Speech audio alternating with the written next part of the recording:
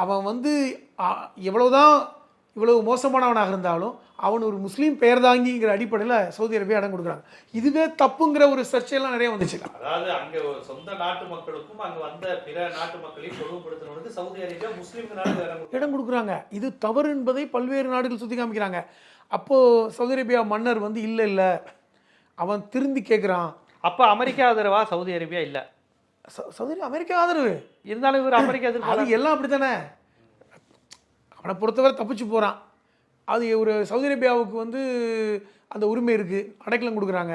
இப்போ அமெரிக்கா ஆதரவு இப்போ வந்து எத்தனையோ பேர் வந்து இங்கே இந்தியாவில் ஊழல் செஞ்சுட்டு இங்கிலாண்டில் போய் அடைக்கலம் போகிறோம் இல்லையா இன்றைக்கும். அது மாதிரி ஒரு கோட்பாடை வச்சுருக்காங்க, அடைக்கலம் கொடுத்துருக்காங்க. அதில் வந்து ரியாத்தில் போய் இவன் தப்பிச்சு வந்துட்டான், இனி திருப்பி போக முடியாது அப்படின்னு.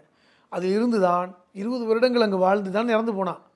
அவன் வாழ்ந்த கடைசி காலம் கொடுமையானது. அதை விட கடைசி காலத்தில் மிக கொடுமையான வாழ்க்கை அவனுக்கு. எப்படின்னா ஒவ்வொரு உறுப்பாக செயலிழந்தது. அதாவது எப்படின்னா கை விழுந்துருச்சுன்னா அப்புறம் இந்த கை விழுவுறதுக்கு சில மாதங்கள், ஒவ்வொரு உறுப்பு படுக்கையிலேயே பல வருடங்கள் இருக்க வேண்டிய நிலைமை. அவன் உயிர் சித்திரவதைப்பட்டு இறந்தானுங்கிறத பதிவு பண்ணியிருக்காங்க. ஒவ்வொரு நிமிடம் சவுதி அரேபியாவில் இருந்திருக்கான். ஆனால் அவன் உடல் ரீதியாக மோசமடைந்து ஒவ்வொரு நிமிடமும் தான் மரணத்தை எதிர்பார்த்தே இருந்து மரணித்தவன். சர்வாதிகாரிகளுடைய முடிவு வந்து எவ்வளவு கொடூரமானதுங்கிறது இதுவும் ஒரு கொடூரமான முடிவு தான். அவனுக்கு வேணால் 20 வருஷம் வாழ்ந்திருக்கலாம், ஆனால் இறுதி முடிவு என்பது மிக கொடூரமான ஒரு முடிவு. இதுதான் இடியமீனுடைய வாழ்க்கை. இரண்டாவது, இடியமீன் 8 வருஷம் தான் வாழ்ந்தான்.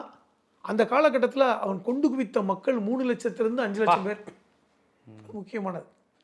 இப்போ ஹிட்லர் கூட 20 வருஷம் வாழ்ந்தான், 20 வருஷம் இருந்தான். அதில் கூட ஒரு 5 லட்சம் யூதர்களை கொண்டதாக சொல்கிறான். 8 வருடங்களுக்குள் நீங்கள் 3லேருந்து 5 லட்சம் பேரை கொள்றீங்கன்னா எல்லாருமே பார்த்தீங்கன்னா உள்நாட்டு மக்களும் கலந்து தான். சர்வசாதாரணமான கொலை. அவனே கைப்பட கொலை செய்தது பல்வேறு. அவன் கைப்படவே ஒரு 10,000 பேர் கொண்டிருப்பான்றாங்க.